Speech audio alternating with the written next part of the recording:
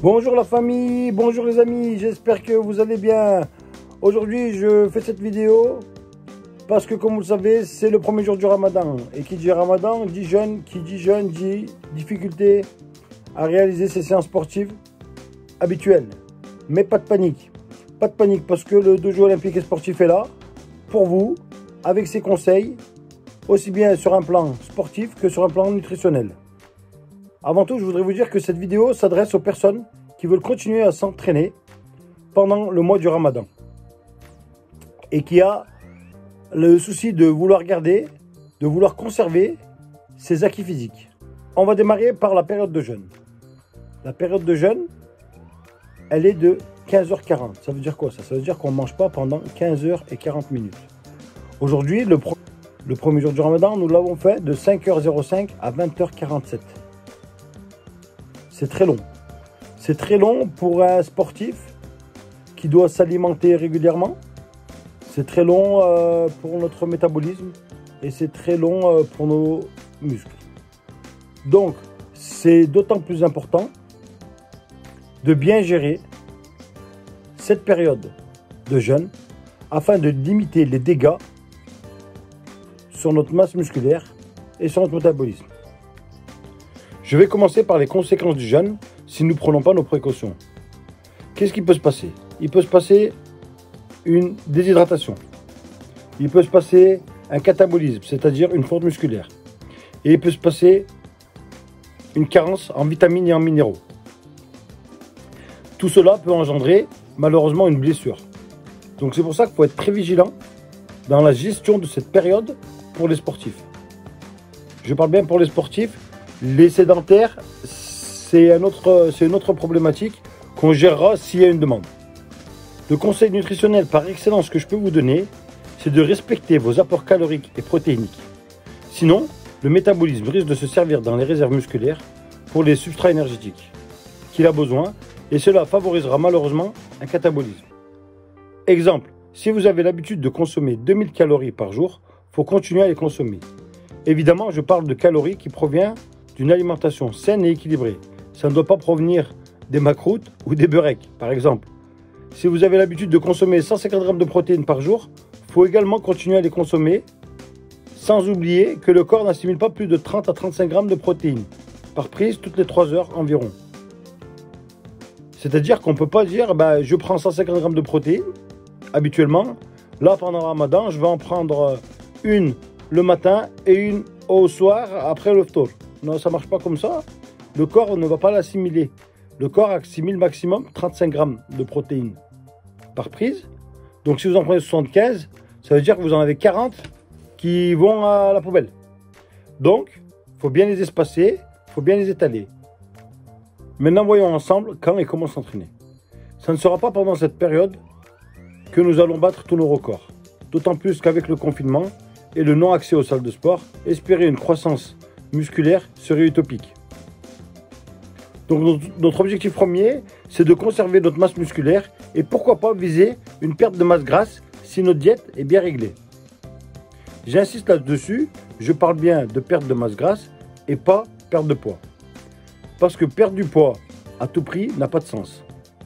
Une diète doit nous permettre de se débarrasser du gras, du mauvais poids.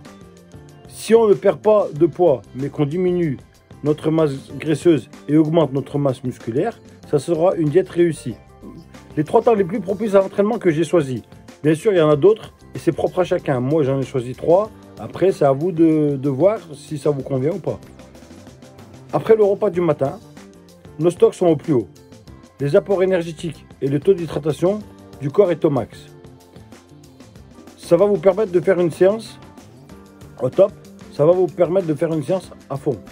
Par contre, l'inconvénient de ce moment, il est double. C'est que il va falloir, premièrement, il va falloir tenir tout le reste de la journée avec nos réserves énergétiques qui sont bien entamées par notre entraînement. Et deuxièmement, c'est que nous ne pourrons pas bénéficier de la fenêtre métabolique. Qu'est-ce que c'est que la fenêtre métabolique? C'est un processus naturel après un entraînement qui nous permet de manger un peu plus richement et un peu plus quantitativement. Je ferai une vidéo spécialement sur la fenêtre métabolique c'est passionnant. Vous ferez le lien avec celle-ci et vous comprendrez mieux. Premier temps, c'est ça, c'est juste après avoir mangé le matin. Deuxième, c'est juste avant le repas du soir, avant le ftour. Dans ce cas-là, il faudra faire attention aux blessures. Nos réserves d'énergie et notre hydratation est au minimum. Par contre, ce temps-là, il est idéal dans un objectif de perte de poids, puisque le fait de s'entraîner à jeun va favoriser l'utilisation des lipides comme substrat énergétique. Et en plus, vu que nous allons manger tout de suite après l'entraînement, nous allons profiter, dans ce cas de figure, de la fenêtre métabolique qui va nous permettre d'assimiler nos aliments et non de les stocker. Le troisième temps que j'ai choisi, c'est celui que moi je préfère, c'est après le ftour, le repas du soir. Je casse le jeûne par la prise d'un fruit, souvent une banane, et ensuite je fais mon shaker de protéines. Je prends mon shaker de protéines, je fais ma séance, et quand je rentre à la maison, je mange mon vrai repas. Bien sûr, je ne perds pas de vue mon total calorique que je dois atteindre, certes, mais que je ne dois pas dépasser. Essayez d'atteindre votre total calorique en mangeant beaucoup avec des aliments de qualité, cuisinés sainement, au lieu de privilégier une petite quantité avec des éléments saturés, de mauvaise graisse et riches en sucre. Bien entendu, vous le savez, mais je le dis par principe, il faut éviter toute prise de boisson sucrée. Pour terminer cette vidéo, je vais vous parler des compléments alimentaires. En temps normal, je n'en utilise pas trop, mais pendant le ramadan, non seulement ça va nous permettre d'atteindre notre total calorique, mais en plus, ça va nous permettre de lutter contre les carences. Lesquelles j'utilise? J'utilise deux sortes de protéines.